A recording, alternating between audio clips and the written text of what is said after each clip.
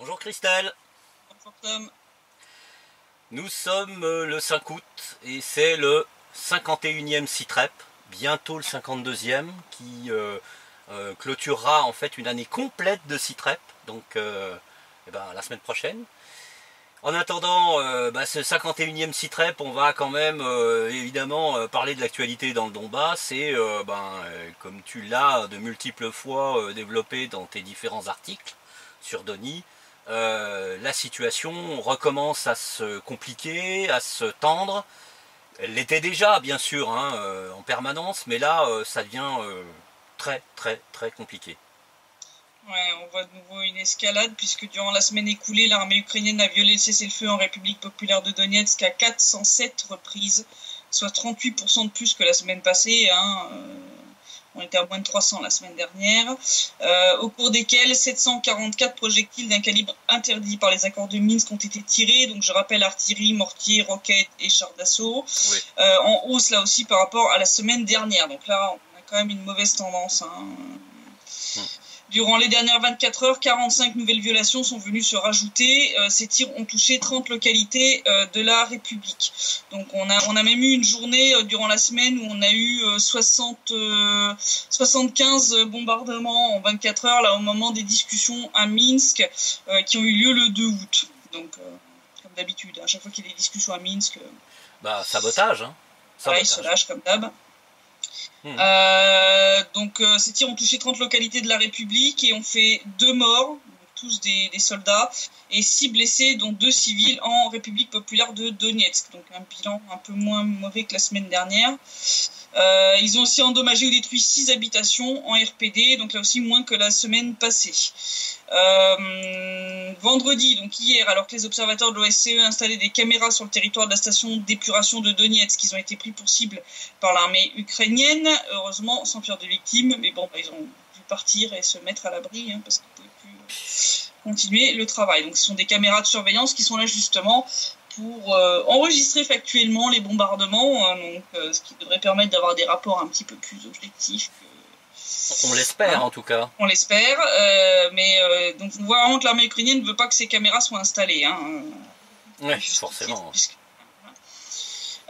Les localités les plus touchées ont été les districts de Petrovski et Kirovski à Donetsk, ainsi que la localité de Dokuchaevsk.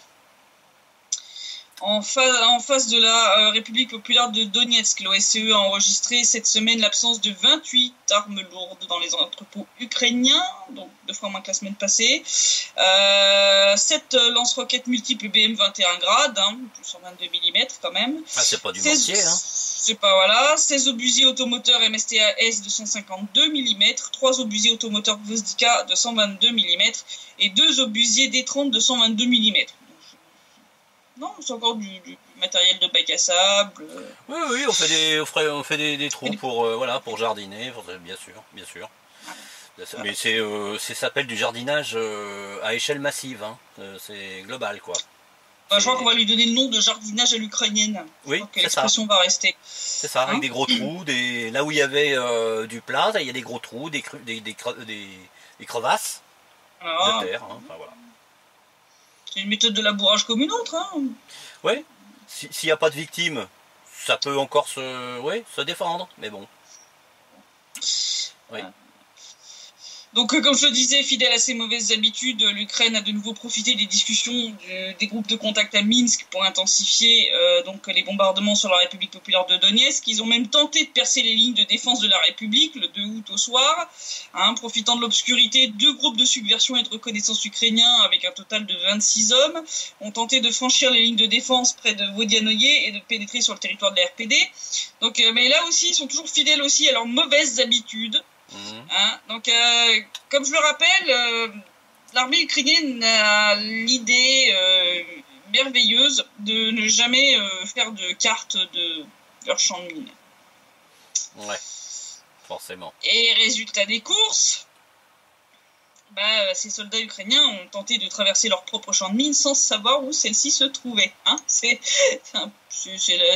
la roulette ukrainienne. C'est la variante de la roulette russe avec des champs de mines. Voilà. C'est aussi les pieds nickelés à la mode ukrainienne, c'est-à-dire des pieds nickelés spongieux. dans laquelle éponge, on trouve une concentration de vodka. Frelaté, à mon avis. Donc, bien entendu, le résultat a été hautement prévisible. Ils ont marché sur des mines. Hein, c'était un véritable carnage. Ils ont eu 3 morts, 7 blessés. Bon, bien entendu, avec les mines qui explosent, bon, pour oui, le c'est côté très discrétion, discret, oui. on repassera, hein, voilà. Ah, oui.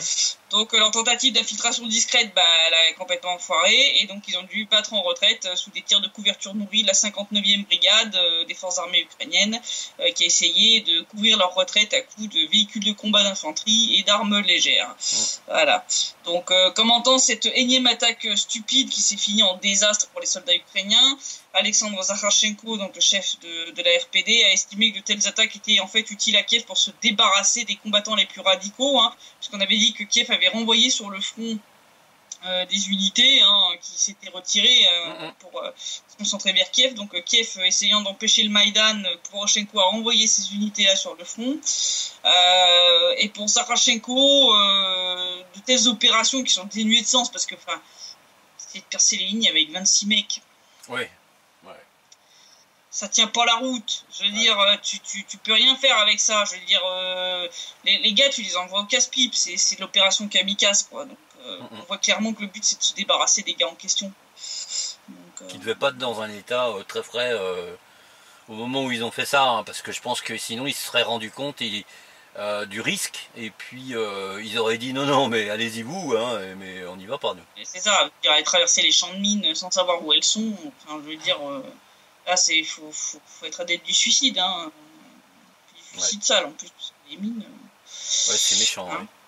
Ouais. Donc bon, il faut croire que l'Ukraine est galvanisée par l'éventualité de recevoir des armes létales de la part des États-Unis. Hein. Pourtant, comme l'ont montré ce genre d'initiative par le passé, et comme l'a très bien rappelé Alexandre Zakharchenko, ce genre d'idée fait plutôt partie des mauvaises que des bonnes. Oui. Hein, puisque du point de vue militaire, il a rappelé que ça n'aidera pas l'Ukraine parce que ça va lui faire plutôt du mal, puisque soit les soldats ukrainiens vont mal utiliser le matériel et ils vont se blesser ou se tuer avec, ou le détruire, ou alors ils vont le revendre. Oui. Comme les drones américains qui nous ont vendus il y a une semaine et demie. Oh, ça remonte. Ils nous ont vendu 2 drones. Non, je te jure, c'est vrai. On a un film. Nos soldats se sont filmés en train d'aller discuter dans la zone grise avec les mecs et revenir avec 2 drones américains qui avaient été revendus par les soldats de l'armée ukrainienne. Donc, bon. Oh là là là là. Ça va, heureusement que Washington n'est pas au courant, enfin j'espère pour eux, hein, parce que... Oh, je pense que maintenant ils doivent l'être, donc voilà. Oui. Hein, donc bon, par contre, ce que soulignait Zakharchenko, c'est que bien sûr, une telle aide aura par contre des conséquences, entre autres politiques, hein, puisque ça sera perçu par Kiev comme un encouragement à l'agression. Surtout que Kiev s'est déjà préparé à la reprise des hostilités contre le Donbass à grande échelle, et pour l'instant, seuls les curateurs occidentaux de Kiev arrivent à retenir en fait l'Ukraine, mais la situation s'aggrave parce que Kiev n'a jamais eu et n'a toujours pas de plan pacifique pour sortir de la crise. Kiev ne pense même pas à la paix. Hein. À chaque proposition de sortie pacifique de la crise, Kiev répond en renforçant sa rhétorique agressive et en aggravant la situation sur le front. Donc c'est clair que là, si les États-Unis en viennent à fournir des armes létales à l'Ukraine, ce sera perçu comme un encouragement. Alors là, ils vont se lancer dans une offensive qui va se terminer en bain de sang pour eux. C'est voulu, hein. C'est voulu, puisque les projets de Kiev sont un copier-coller des projets secrets de Washington, hein. C'est tout, hein. C'est évident. Hein. Et pendant que Washington réfléchit pour savoir s'il va encore ajouter une bonne dose d'huile sur le feu ukrainien, hein, grâce au silence complice, je le rappelle, hein, de mes soi-disant collègues des médias occidentaux ainsi que de nos charmants gouvernements européens, les soldats ukrainiens peuvent continuer tranquillement de commettre des crimes près de la ligne de front, comme par exemple le commandant du 20e bataillon de la 93e brigade des forces armées ukrainiennes, le capitaine Djoulin, qui en état d'ébriété a kidnappé et violé pendant plusieurs jours une jeune fille mineure, avant de la relâcher une fois qu'il avait décuvé, non sans avoir menacé de la tuer si elle allait se plaindre à la police. Ouais, dans l'ignominie, c'est un concentré, hein, c'est un concentré. Ce conflit, cette agression militaire contre les civils du Donbass, c'est typique, quoi. Enfin, quand on va faire l'analyse historique de ce qui s'est passé, je crois que cette horreur-là, enfin, cette ignominie va être un des côtés révélateurs, enfin, un des côtés qui définira clairement l'opération, la fameuse opération antiterroriste, hein, qui n'est terroriste que le nom. Hein. C'est qu'un génocide, il faut appeler un chat un chat. Les soldats normaux, hein, les soldats ukrainiens normaux, eux, demandent en masse à quitter l'armée ukrainienne. Ainsi, des informations récentes font état de près de 1200 soldats ukrainiens qui ont demandé à terminer leur service, qui ont fait une demande pour pouvoir quitter l'armée. C'est énorme quand même. Bah, voilà, ça illustre parfaitement le désenchantement de la population ukrainienne quant à cette histoire de soi-disant lutte antiterroriste. Hein. Voilà. Et ce manque de volonté de servir de chair à canon inquiète le commandement des forces armées ukrainiennes. Hein. Entre autres, les 30e et 54e brigades qui ont été retirées de la ligne de front sont principalement concernées et sont dans une situation catastrophique. On avait déjà parlé de ces brigades concernant les désertions massives et le taux de remplissage d'une de ces unités qui était tombé à peine 55%. Donc là, ils sont arrivés à un stade tel qu'ils ont dû les retirer du front. Les soldats s'enfuient littéralement de ces brigades, demandant officiellement à en partir, ou ne renouvellent pas leur contrat quand ils arrivent à terme, voire pour certains partent carrément sans permission. Hein. Donc là, c'est désertion, quoi. Hein. La situation est sensiblement la même dans les unités qui sont actuellement présentes sur le front, comme la 28e, la 72e, la 92e et la 128e brigade. Les cas de désertion, d'empoisonnement, de maladies à échelle stratosphérique, de pertes hors combat pour cause d'alcoolisme, de conflits et de mauvais usage des armes se multiplient. Résultat, dans certaines unités, le nombre de soldats a été divisé par 2. Donc ces unités se retrouvent dans la même situation que la 30e et la 54e qui ont été retirées du front à cause de ça. Hein. Donc là, c'est quand même très mauvais. Rien qu'en se basant sur des sources ouvertes, c'est-à-dire Internet, réseaux sociaux. Les pertes hors combat des forces armées ukrainiennes pour le mois de juillet se montent à 24 soldats morts. Oui. Bon, autant dire que les vrais chiffres doivent être encore pires. Bien pire. Ouais, ça fait aucun doute là. Ouais. Voilà. Donc résultat, les rotations qui étaient prévues sont devenues très compliquées à réaliser, alors que certaines unités sont en première ligne depuis des mois. Résultat, le commandement des forces armées ukrainiennes a tenté de prendre des soldats d'unités non combattantes, en les changer d'unité, hein, entre autres la 54e brigade, pour les envoyer sur le front, hein, en douce, en leur disant pas où ils les envoyaient en plus. Hein. Oui. Mais ces plans foireux n'ont pas donné les résultats attendus. Résultat, lors des rotations, en fait, le commandement ne change plus que les officiers et le quartier général. Et change simplement sur le papier les soldats présents sur le front. Ils font passer de la brigade A à la brigade B. D'accord. Et donc les gars, ils restent toujours sur le front. Mais ils voient quand même l'encadrement s'en aller, repartir. Mais alors ça c'est le terrain, le terreau pour une insurrection, hein, enfin pour une révolte. Hein. Ça va pas arranger le schmilblick, ça c'est sûr. Hein. Parce que... je sais pas qui sont les stratèges qui ont eu cette idée lumineuse à Kiev. Mais là, franchement, on tient des bons là quand même. Hein. Parce que les gars sont épuisés sur le front. Je pense qu'ils devraient réétudier quand même l'histoire entre autres de la Première Guerre mondiale, qui était une guerre de tranchées comme celle-ci. Absolument. Je rappelle quand même que les généraux français, ceux qui étaient intelligents, avaient quand même compris qu'il fallait faire des rotations beaucoup plus fréquentes des hommes pour qu'ils soient bien frais et donc plus combatifs. Ouais, absolument. Voilà, je dis ça, je dis rien. On va pas donner des conseils à l'ennemi, mais enfin bon, là, ils sont tellement nuls que je suis même pas sûr qu'ils écouteraient. Non, pas vraiment. Parce qu'ils sont censés savoir mieux que toi, en tant que civil, ce qui s'est passé dans les tranchées en 1914, 1918. Voilà. Bon, ils ont tellement tendance à réécrire l'histoire qu'à la fin... Oui, ça aussi, ça aide pas, c'est clair.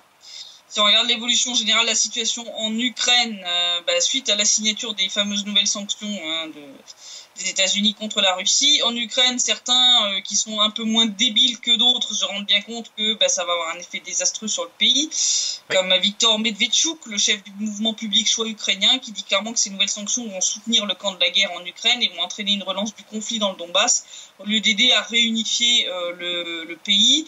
Donc pour lui, ces nouvelles sanctions vont viser en fait non pas tellement la Russie, mais la souveraineté de l'Ukraine et la restauration de son intégrité territoriale, parce que ça va porter un coup terrible aux partis de la paix, c'est-à-dire à ceux qui appellent à appliquer les accords de Minsk, à résoudre pacifiquement le conflit dans l'est du pays.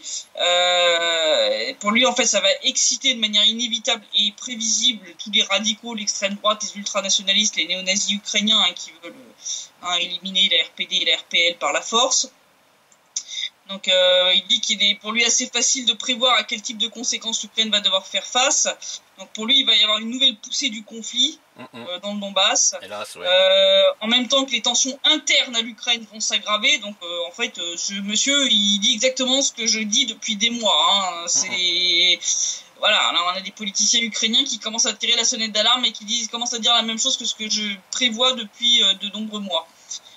Il dit que pire encore, pour lui, si ça va jusque-là, le processus de réintégration donc des territoires qui ne sont actuellement pas contrôlés par Kiev deviendra impossible pour de nombreuses années, si ce n'est des décennies, à condition qu'il ne meure pas totalement. Voilà, je le cite in extenso. Ouais. Donc là, en gros, pour lui, c'est on pourra dire adieu définitivement à l'oblast de Lugansk, à l'oblast de Donetsk, bye bye quoi. Enfin, là, il dit les gars, réveillez-vous. Si on ne fait pas ce qu'il faut dans les règles, ça va se terminer par l'explosion du pays. Donc, et cette crainte pour l'intégrité territoriale de l'Ukraine, elle est légitime, plus que légitime. Quand on voit le processus en cours en Ukraine et hors du pays pour évincer Poroshenko comme le fut Yanukovych il y a 3 ans. Donc j'avais bien senti, il y a quelques temps déjà, je commençais à voir apparaître les premières piques contre Poroshenko dans des journaux occidentaux. Et je me demandais si c'était pas une tentative de commencer à le diaboliser pour le dégager. Et il semble que j'avais raison, puisque les néoconservateurs veulent, semble-t-il, quelqu'un de plus radical, et donc on utilise les mêmes ficelles qu'avec son prédécesseur. Le processus de diabolisation est déjà en cours, donc il y avait déjà eu des articles, mais là il commence vraiment à sortir du lourd, comme un article qui est paru dans le Washington Post. Oui. Quand même, qui semble découvrir d'un seul coup tous les défauts et toutes les tares du président ukrainien. Cet article est signé. Alors c'est intéressant parce que c'est important de dire qui est l'auteur. C'est Maxime Eristavi, qui est l'un des fondateurs de Hromadske International. Hromadske, c'est ce site d'information qui est basé à Kiev, qui est directement lié au mouvement du Maïdan. C'est un média qui est né pendant le Maïdan. Et c'est important parce que ça veut dire que ce sont les mêmes qui sont aujourd'hui à l'œuvre pour destituer Poroshenko que ceux qui ont renversé Yanukovych en 2014. Monsieur Maxime Eristavi, il y a beaucoup de questions à se poser sur par qui il est payé, n'est-ce pas? Donc dans cet article, Poroshenko il est dépeint comme un président totalement corrompu, pire encore comme une menace pour la démocratie ukrainienne. L'expression magique est lancée, menace pour la démocratie. Ça te rappelle quelque chose? Oui. De toute façon, c'est des tournures de phrases qui sont habituellement utilisées pour ceux qui font ce qu'on appelle des révolutions de couleur. Des guerres humanitaires, des guerres préventives, voilà. Donc, elles sont toutes basées sur cet argument, c'est le paravent parfait pour un coup d'État, et Poroshenko est un très bon candidat, puisqu'il est effectivement tout ce qui est décrit dans l'article, corrompu, et il essaye de faire taire toutes les voix dissidentes, il muselle la liberté d'expression, y compris au niveau de la presse, il a totalement saboté la lutte contre la corruption, etc. Le seul petit hic, c'est que ses éventuels remplaçants sont encore pires que lui. Il y a Timoshenko en tête, la blonde, là, avec sa natte sur la tête. Tresse, oui. Sa grosse tresse, là. Ça, l'article n'en parle absolument pas. Les opposants de Poroshenko, ils sont juste décrits comme de pauvres victimes de sa répression paranoïaque. Voilà, donc... C'est intéressant là de souligner un truc, c'est que Poroshenko, jusqu'à justement le début de sa diabolisation, c'était quand même un agent au service des intérêts américains. C'était probablement même déjà un agent de la CIA. Donc peut-être que finalement, c'est l'illustration du fait que faire confiance et travailler pour le compte d'organisations comme le CIA, la NED et compagnie, enfin les Américains en général. Ça paye pas. Ça paye jamais, on le paye mais d'une manière beaucoup plus dure au bout du compte si jamais on ne fait pas exactement ce qu'ils ont décidé. C'est ça, donc plus jour il décide de vous lâcher parce que vous êtes un boulet inutile, et vous servez de fusible, et puis vous terminez généralement assez mal. Et pendant qu'aux États-Unis, on s'active à savonner la planche de Poroshenko, en Ukraine, des choses se précisent le concernant, puisque après avoir privé Saakashvili de sa nationalité ukrainienne, Poroshenko règle ses comptes avec Avakov, on avait dit, le ministre de l'Intérieur ukrainien. Donc résultat, plusieurs fonctionnaires du ministère de l'Intérieur ont été arrêtés, certains ont déjà été mis en accusation.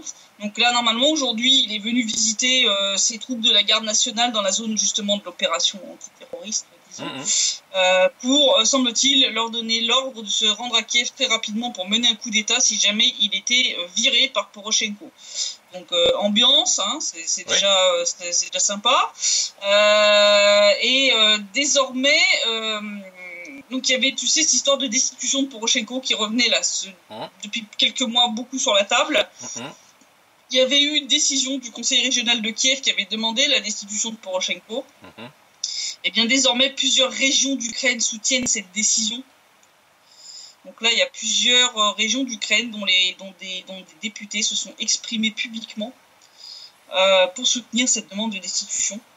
Une destitution qui serait préalable à une action judiciaire contre Poroshenko.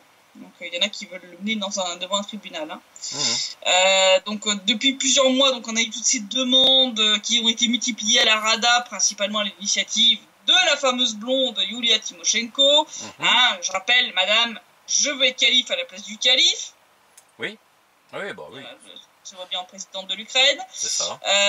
Et au beau milieu de ces demandes à répétition, donc le conseil régional de Kiev a officiellement exigé des députés qu'ils entament la procédure de destitution de chef de l'État en adoptant préalablement la loi nécessaire, parce qu'en 25 ans d'indépendance de l'Ukraine, elle n'a jamais été votée, cette loi.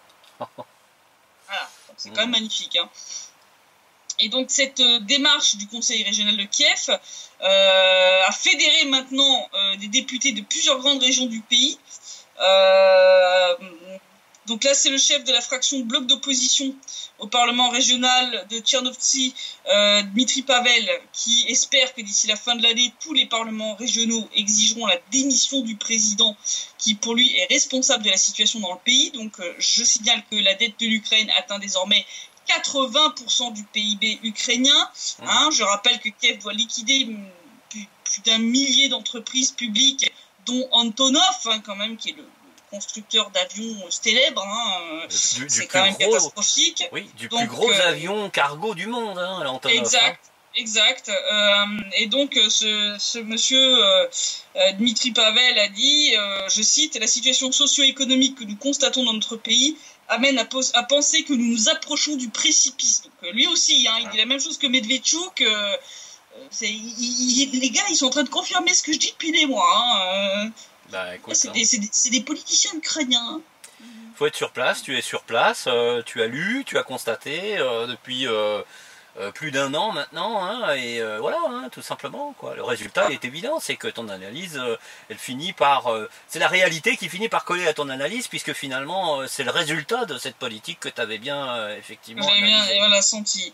Donc, pour lui, le déséquilibre total du pouvoir a conduit à l'absence d'un contrôle clair de l'économie ukrainienne, et à cause de la corruption et du rythme de l'inflation, pour lui, l'économie ukrainienne se rapproche des économies africaines. Donc, quand je parle de somalisation de l'Ukraine, là aussi, je suis dans le vrai, quoi. C'est vraiment des cas, ça va pas les aider. Mais ça va pas les aider de faire la guerre, de continuer de faire la guerre à la partie de l'Ukraine qui était, à l'époque où l'Ukraine était unique, c'était celle d'où partaient finalement les plus grandes richesses qui faisaient partie du PIB ukrainien. Donc ils sont en train de se séparer de leur meilleur atout sur le plan économique. Ils sont en train de se plomber totalement. Il y a même un vétéran de l'opération antiterroriste, donc un ancien soldat de la même région que M. Dmitri Pavel, donc qui s'appelle Vitaly Zaparniuk, qui a soutenu en fait son député en déclarant que les idéaux du Maïdan ont été trahis, la corruption prospère, Poroshenko garde son argent dans des comptes offshore alors qu'une guerre est en cours. Il a même été plus loin en déclarant que le pays va droit dans le mur. Bon, je crois que plus clair que ça, c'est pas possible de faire. Là, les régions qui soutiennent cette destitution du président, ça va Zaporozhye jusqu'en Volhynie. Donc ça va de l'ouest de l'Ukraine jusqu'à la zone centrale, Dnipropetrovsk, Zaporozhye, je crois même Nikolaïev. C'est une catastrophe. Et alors qu'il pensait s'être débarrassé de son rival en privant Saakashvili, je rappelle, de sa nationalité ukrainienne alors que ce dernier se trouve aux États-Unis, Eh ben Saakashvili, comment dire, il doit avoir des liens avec Harry Potter ou Mandrake ou je sais pas, ou un magicien quelconque, parce qu'il vient de faire apparition miraculeusement en Pologne. Donc c'est un média polonais, Telewizja Republika, qui a publié, qui a révélé ça, et qui a même publié une vidéo de la déclaration de Saakashvili à l'occasion du 73e anniversaire de l'insurrection de Varsovie. Donc l'anniversaire était je crois le 1er ou le 2 août, quelque chose comme ça. Le service de presse de l'ex-président géorgien n'a pas révélé comment il a réussi à se rendre en Pologne, alors qu'il est désormais officiellement apatride. Mais bon, si comme je le pense, Saakashvili continue de travailler pour les mêmes personnes qu'à l'époque de la révolution des Roses en Géorgie, c'est-à-dire la CIA, qui sont aussi les mêmes qui sont derrière la révolution du Maïdan en Ukraine, il y a fort à parier que Saakashvili a un rôle à jouer dans la future destitution de Poroshenko et que les forces à l'œuvre dans ce processus feront tout pour lui permettre de jouer ce rôle, quitte à lui fournir un petit passeport officieux. De toute façon, il a forcément eu une autorisation quelconque pour pouvoir traverser les frontières. Il n'a plus de nationalité. Donc comment est-ce qu'il a pu sortir des États-Unis et arriver en Pologne? Enfin, je veux dire, il y a quand même quelque chose qui ne va pas. Mais enfin, là, on voit bien que les semaines et les mois à venir risquent de voir la prédiction d'Alexandre Zakharchenko et celle que je fais aussi se réaliser, à savoir un nouveau Maïdan encore plus radical que le précédent semble se préparer. Et s'il réussit, alors l'Ukraine sombrera dans le chaos le plus total et la guerre de tous contre tous avant d'exploser totalement en plein vol. Donc là, ça commence à devenir quand même assez mauvais. Quand je vois ces histoires avec Saakashvili qui se repointe en Pologne, la Yulia Tymoshenko, elle a les dents tellement longues, ça raye même plus le plancher, ça traverse la dalle de béton, le sous-sol, le parking, et ça atteint les canalisations d'égout, là. Enfin, je veux dire. Oui, non, mais c'est celle qui monte sur le siège présidentiel ukrainien, alors là. C'est les pions de la CIA, ceux qui sont pas encore grillés, qui peuvent encore servir pour provoquer la Russie. Parce que c'est ça au final la réalité. Elle est relativement cramée, la Tymoshenko, quand même, mais bon, elle est complètement russophobe, elle est radicale à souhait.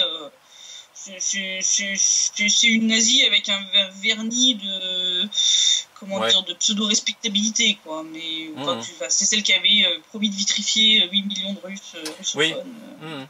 Voilà, pour ça, c'est... Je pense que les néocons américains, ils sont très contents d'avoir une folle comme elle. Ouais. Ça là, j'aimerais bien qu'il lui arrive le même sort que McCain. Ça nous débarrasserait d'un boulet. Il est revenu quand même, malheureusement. Malheureusement, ouais. Un bout de cerveau en moins, mais c'est pas nécessairement celui qui aurait été le plus utile à enlever. J'ai vu que ça n'a pas changé grand-chose à sa rhétorique. Non. Et pour se donner une petite idée de ce que donnera cette Ukraine dans la droite ligne de l'idéologie nazie à laquelle beaucoup de politiciens ukrainiens actuels se réfèrent, donc le projet Mirodvorets, je rappelle ce petit site internet qui liste les séparatistes en Ukraine, même les journalistes, les enfants de 10 ans, j'y suis. Oui, t'as une belle photo effectivement avec un dossier. Voilà. Donc ils vont étendre ce projet-là grâce à un logiciel de reconnaissance faciale afin de faciliter la traque, et je mets en petite note personnelle, et l'élimination de toute personne qui ne pense pas comme il faut en Ukraine. Donc les gens vont pouvoir scanner une photo de leur voisin pour vérifier si c'est pas un séparatiste. Ça promet des jolies tueries quand même. Je rappelle que des auteurs et journalistes comme Oles Bouzina ont déjà payé de leur vie leur tentative de dire la vérité sur ce qui se passe en Ukraine. Oles Bouzina a été tué en bas de chez lui après que ses données personnelles, dont son adresse, avaient justement été communiquées sur ce site Mirodvorets. Il n'y a pas besoin d'être grand clair pour savoir d'où vient le coup quand même. Donc là, on voit que les néo-nazis ukrainiens passent à la vitesse supérieure. Ils veulent industrialiser littéralement la chasse aux dissidents. Ce procédé vous rappelle certains événements historiques ayant eu lieu en Allemagne dans les années 30, le côté technologique en moins. C'est pas une coïncidence. Non. Des néo-nazis, forcément. Alors, si tu veux, ils s'inspirent de leur maître. Voilà. Et alors, si on passe à des choses un peu plus... qui prête à sourire ou à pleurer au choix. Nos fameux pendant ce temps-là à Kiev, on en a deux cette semaine. Voilà. Bon, le premier avec notre clown favori, Poroshenko. Porky encore. Porky encore, mais il nous gâte, lui. Je vais finir par lui payer un abonnement. C'est un festival. Parce qu'il continue à rechercher un des Ukrainiens dans l'histoire russe. Hein, donc, vous vous souvenez qu'il nous avait déjà oui, ah bah oui. gratifié la dernière fois de l'invention du Wi-Fi à attribuer à des descendants d'Ukrainiens qui n'étaient pas ukrainiens du tout, mais bon. Donc là, il vient d'en trouver un nouveau. Ivan Aivazovsky, peintre russe d'origine arménienne, qu'il considère comme faisant partie de la culture de l'Ukraine. Hein. Donc sur sa page Facebook, ce cher Poroshenko a écrit donc que ce peintre russe, maître incontesté de la peinture de marine, appartenait au patrimoine culturel de l'Ukraine. Il a surtout insisté sur le fait que le peintre était né dans la ville de Théodosie en Crimée, qui faisait partie de l'Empire russe à l'époque. Ah oui, qu'est-ce que tu veux là? On peut rien y faire, voilà, c'est du porky, qu'est-ce que tu veux, il s'est glorifié ces jours-ci, il y a 200 ans, à Théodosie, naissait le peintre exceptionnel Ivan Aivazovsky. Honorons notre patrimoine, parti dans des délires. Donc, des représentants de la galerie d'art Aivazovsky de Théodosie ont à leur tour rappelé que le peintre était né et habitait à Théodosie au moment où la ville faisait partie de l'Empire russe et pas du tout l'Ukraine qui n'existait même pas à ce moment-là, je le rappelle. Voilà.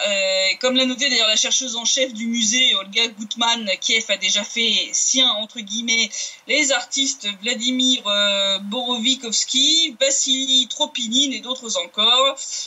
Donc elle a quand même rappelé qu'il y a quelques temps, quand le nouveau manuel d'histoire des arts de l'Ukraine a été publié, Borovikovsky est mentionné comme un artiste ukrainien, de même que Tropinin et d'autres. Voilà, donc à l'époque où la Crimée appartenait à l'Ukraine, Aivazovsky était déjà devenu un artiste ukrainien par miracle. Voilà. Et bien sûr, Aivazovsky avait étudié à l'Académie impériale des beaux-arts de Saint-Pétersbourg, avait été élevé dans les traditions d'école de la peinture russe. Donc pour elle, il est tout à fait correct de le considérer comme un artiste russe et pas du tout comme un artiste ukrainien. Je veux dire, c'est un délire. C'est la réécriture de l'histoire, chose pour qui, on commence à avoir l'habitude. Et alors on a le deuxième pendant ce temps-là à Kiev, c'est comme le deuxième Fiki School, qui nous est offert par le vice-ministre ukrainien des infrastructures, Yuri Lavrenyuk, qui a annoncé que les autorités de Kiev allaient poursuivre la Russie en justice à cause des restrictions du trafic maritime dans le détroit de Kerch liées à la construction du pont qui reliera la Russie à la Crimée.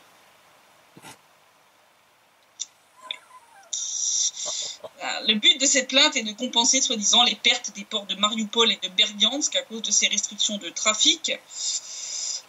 Oui, des trafics de quoi? De barques? Parce qu'ils n'ont plus de bateaux qui dignes de ce nom, qui soient capables d'emporter ou de rapporter de la marchandise. Aussi, pour Mariupol, il y a encore quand même des bateaux qui déchargent à Mariupol.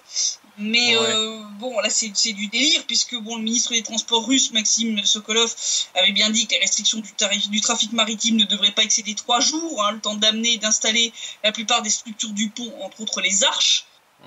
Et qu'une fois que les arches seraient installées, le détroit sera à nouveau ouvert à la circulation. Tu fais pas chier pour 3 jours d'interruption, je veux dire, c'est n'importe quoi, je veux dire, là c'est... Et suite à ce délire ukrainien, le ministre de l'Intérieur, des Communications et de l'Information de la République autonome de Crimée a décidé d'encourager son homologue ukrainien dans son délire. Donc Dmitri Polonsky a suggéré de ne pas s'arrêter là. Il a même encouragé Kiev à poursuivre la Russie pour chaque réalisation russe de haute technologie afin de faire un maximum de propagande et de pub pour ses projets. D'accord. Oui, non, mais il n'y a que ça à faire, de toute façon. C'est rentrer dans le délire parce que c'est du délire. C'est pour mieux dénoncer. C'est d'une mauvaise foi en fait, intégré dans le. Mais franchement, je veux dire, tu peux replanifier tes trucs pour une interruption de 3 jours, et puis... non, mais ce serait les Américains, et ils diraient, oui, mais c'est pas grave, vous pouvez rester 1 mois. Mais les Russes, c'est 1 seconde, c'est toujours 1 seconde de trop. Non, mais c'est n'importe quoi. Donc là, je pense que ça promet encore un épisode judiciaire croustillant où ils vont encore se faire débouter, ils vont se faire envoyer sur les roses. Bah oui. Je veux dire, ils ont toujours le port d'Odessa. Pour arrêter les bêtises, je veux dire, ils peuvent rediriger pendant 3 jours les bateaux de déchargement vers Odessa, qui n'est pas je veux dire, concerné par ce blocage. Donc c'est n'importe quoi. Non, franchement, là ça devient grotesque. Bientôt, ils vont poursuivre la Russie dès qu'un Russe éternue à Kiev. Enfin, je veux dire, là... C'est ça, c'est ça. Ça devient, franchement, je sais pas ce qu'ils consomment à Kiev, hein, mais il faut qu'ils arrêtent. Hein. Ouais. Vraiment qu'ils arrêtent, changer de dealer. C'est de la merde, je sais pas avec quoi c'est coupé, mais c'est de la merde. Avec des pneus, des chambres à air... Je sais pas, peut-être coupé avec de la Morora... Oui. En tout cas, rien de sain, hein, ça c'est clair. Non, ça c'est clair, non, vraiment, voilà. Donc voilà quelle est un petit peu la situation. C'est pas très encourageant. Non, c'est clair. Aussi bien au niveau de la situation de l'Ukraine. Moi je dis, j'aimerais bien me tromper. Hein. Vraiment, des jours, j'en ai marre d'avoir raison. Oui. J'en ai vraiment marre. Mais je crois qu'ils vont suivre cette trajectoire débile d'aller jusqu'à un Maïdan néo-nazi. Ouais. Ils seront capables de ça, Ils sont capables de le faire. Ils n'ont pas besoin même du soutien de la population pour ça, puisque comme pour le Maïdan précédent, il suffira d'avoir des mecs qui sont payés, des radicaux qui sont enragés, des gens qui sont lobotomisés et qui vont faire le sale boulot. Et puis ça marchera comme en 40, avec un petit coup de pouce de la CIA, un petit financement de Soros. Oui, c'est ça. Et ça passera. Bon, par contre, j'ai des commentateurs sous mes articles sur Réseau International qui ont soulevé un point intéressant, à savoir quelle serait la réaction de l'armée ukrainienne, par contre, qui est déjà dans un état lamentable. Ça risque effectivement de provoquer un gros schisme au sein de l'armée ukrainienne. Une dislocation, c'est possible, ça, Ça risque effectivement, parce que là, ils sont dans un tel état de démoralisation que, enfin, en même temps, ils détestent Poroshenko, mais ils aiment pas les nationalistes non plus, parce que souvent, ils leur font la misère.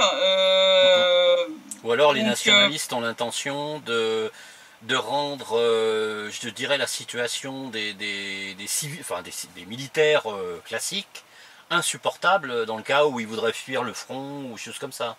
Parce que ça, c'est une possibilité. Ça, c'est possible aussi, hein, de toute façon. Hein, c'est déjà ce rôle qu'ils jouaient. Hein, je veux dire, les bataillons néo-nazis jouent déjà ce rôle d'espèce de police militaire. Hein, et c'est eux qui, souvent, sont avec la garde nationale à la traque des déserteurs.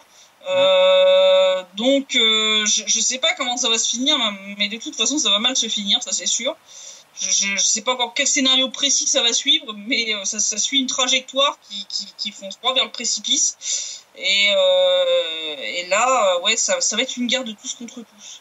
Soit ils vont arriver à relancer une offensive ici, mais ils vont se casser la gueule parce que l'armée sera pas... Elle sera pas unie. Ça sera pas uni, et puis les gars sont déjà démoralisés, ils sont épuisés, et puis de toute façon, en face, ils ont des gens qui sont motivés, et donc ça va se terminer par un Debaltsevo bis. Ouais. Soit ça va être même pire, et là, ça va être mutinerie de l'armée, ils ont plus assez de gars pour tenir le front, et là, c'est la fameuse guerre de tous contre tous dont parlait Zakharchenko. Là, chaque région va commencer à initier un scénario. Il y a déjà là des rumeurs d'un risque de répétition des scénarios de la DNR et de la LNR à Odessa. Ah oui, ce qui est assez normal vu ce qui s'est passé. T'as des politiciens ukrainiens qui en parlent, qui disent il faut absolument pas laisser continuer ce qui se passe en DNR et en LNR parce que sinon on risque de voir des répétitions de ce scénario, entre autres à Odessa. Donc ça veut dire qu'il y a des signaux au niveau de la ville, de la région, qui laisse à penser que la ville pourrait se soulever. Donc ça veut dire clairement que la cocotte minute, elle commence à être vraiment trop sous pression. Là, c'est mauvais. Et à l'échelle globale aussi, on le voit avec les émeutes au Venezuela qui rappellent énormément celles du Maïdan. Mais là, ça se déballonne. Apparemment, ça se déballonne, parce que la droite, entre guillemets, la droite modérée est en train de se désolidariser de l'extrême droite, qui elle est clairement pilotée par Washington. Oui, de toute façon, c'est bien, c'est des gens qui veulent reprivatiser le pétrole, etc., casser tout ce qui avait été fait par Chavez. Je veux dire, il faut garder quand même un œil sur toute la situation globale. Les États-Unis sont en train de décliner. Là, je commence à voir des articles qui parlent de ça, des articles d'experts américains ou anglophones. Le sujet revient de plus en plus sur le tapis. Les experts sérieux se rendent bien compte que les États-Unis ont perdu en réalité leur place, qu'ils arrivent à maintenir l'illusion parce que tu as le pétrodollar, parce que tu as toujours une certaine puissance militaire qui permet d'en imposer à un certain nombre de pays. Mais là, les dernières sanctions, en fait, ils se sont tirés une balle dans les deux pieds. Oui, puisqu'en fait, en sanctionnant la Russie et l'Iran dans le tas, en fait, ils ont poussé les deux à passer des contrats ensemble et ils ont bloqué les contrats pour les sociétés américaines et européennes, entre autres Total, qui avait, semble-t-il, conclu des contrats avec l'Iran, mais avec ces sanctions, comme elles sont d'application extraterritoriale, Total là-dedans. D'ailleurs, les sanctions qui viennent d'être signées par Trump vont toucher également directement l'économie allemande.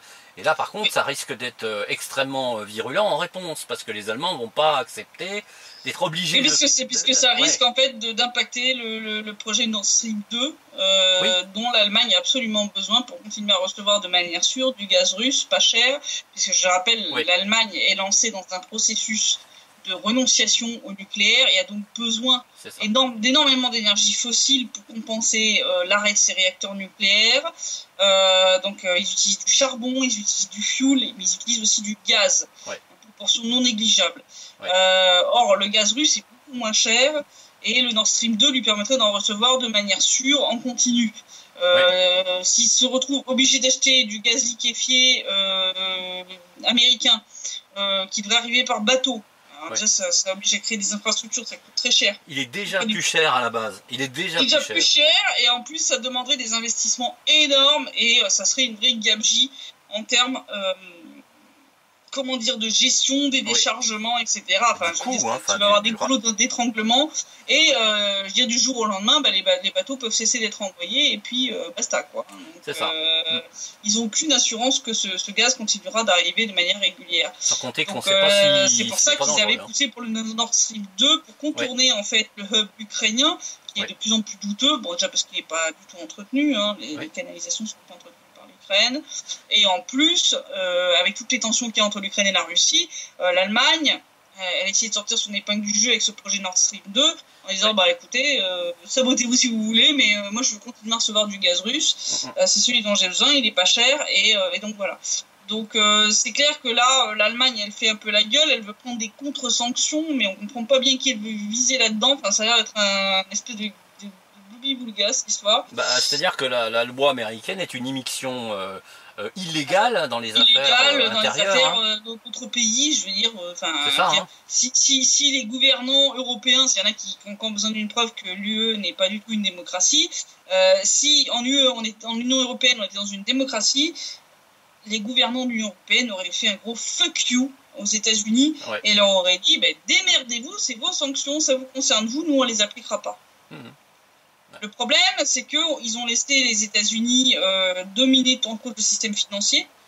Là, j'ai vu une interview en anglais de Ryabkov, vice-ministre russe des Affaires étrangères, si je ne dis pas de bêtises, Sergei Ryabkov, qui a dit à la chaîne ABC News que si les États-Unis continuent sur leur lancée de sanctions commerciales, etc., ils vont pousser en fait la Russie, la Chine et les autres à développer en fait les alternatives au système financier américain et absolument, le dollar US sera abandonné des transactions et c'est en cours, L'Iran a partiellement évité les conséquences de cet embargo, de ce blocus avec le dollar US en prenant des transactions sur des monnaies avec des monnaies différentes.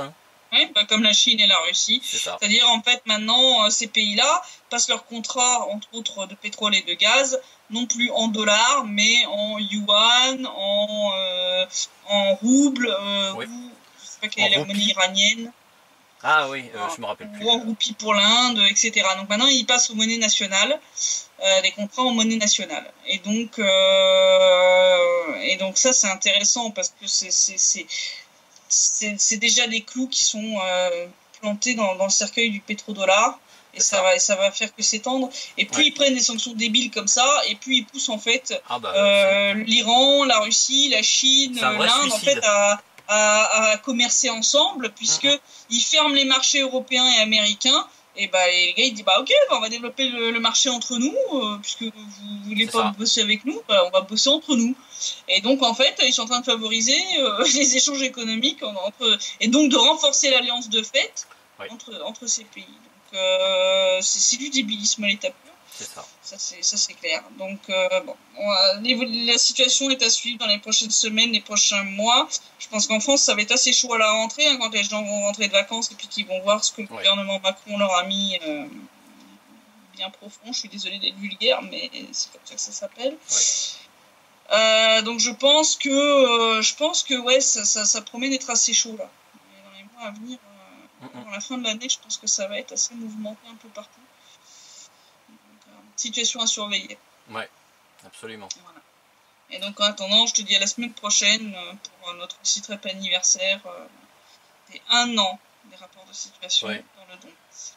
Ben justement, ça sera l'occasion de te remercier encore plus pour tout le travail que tu accomplis et les moyens que tu nous donnes à nous tous de connaître la situation sur le terrain qui est passablement occultée par les médias mainstream qui font pas leur travail. Alors que toi, tu le fais dans des conditions difficiles et avec une bonne dose de motivation quand même, malgré tout. Hein. Voilà. Ouais, il faut, de toute façon, pour faire ce travail-là, moi je considère que tous les collègues, entre guillemets, qui font ça pour la gamelle, ils feraient mieux faire autre chose. Quoi. Ouais. Sincèrement, absolument. Si on ne fait pas ce métier par passion, par envie de faire savoir les faits, d'avoir vraiment une passion de l'information, de la vérité, je vois pas l'intérêt en fait. Ouais. C'est vrai. Autant faire gratte-papier dans une administration. Ouais. C'est un métier particulier et on peut pas faire n'importe quoi avec, hein, c'est clair. Non. Je rappelle qu'il y a une charte, la charte de Munich, qui est très très claire sur ce qui est censé être le métier de journaliste. Donc voilà, donc je te dis à la semaine prochaine. Voilà, aujourd'hui, pour ceux qui s'intéressent un petit peu aux autres journalistes étrangers qui sont dans le Donbass, c'était le mariage de Patrick Lancaster, donc ce journaliste américain qui est là depuis les débuts de la guerre quasiment. Donc voilà, il s'est marié aujourd'hui. Et donc ça a été l'occasion d'une sacrée fête. Donc voilà, malgré ça, voilà, j'ai quitté la fête relativement tôt pour pouvoir sur le site rep. Faire le site rep quand même, faut être un peu sérieux. Donc voilà, pour que les gens sachent qu'il y a aussi des choses positives qui se passent quand même dans le Donbass. Il y a des gens qui se marient, il y a des enfants qui naissent, et il y a des histoires d'amour qui se font, et donc il n'y a pas que des choses négatives. Okay. Merci Christelle, bonne soirée. Bonne soirée, à la semaine prochaine. À la semaine prochaine, au revoir.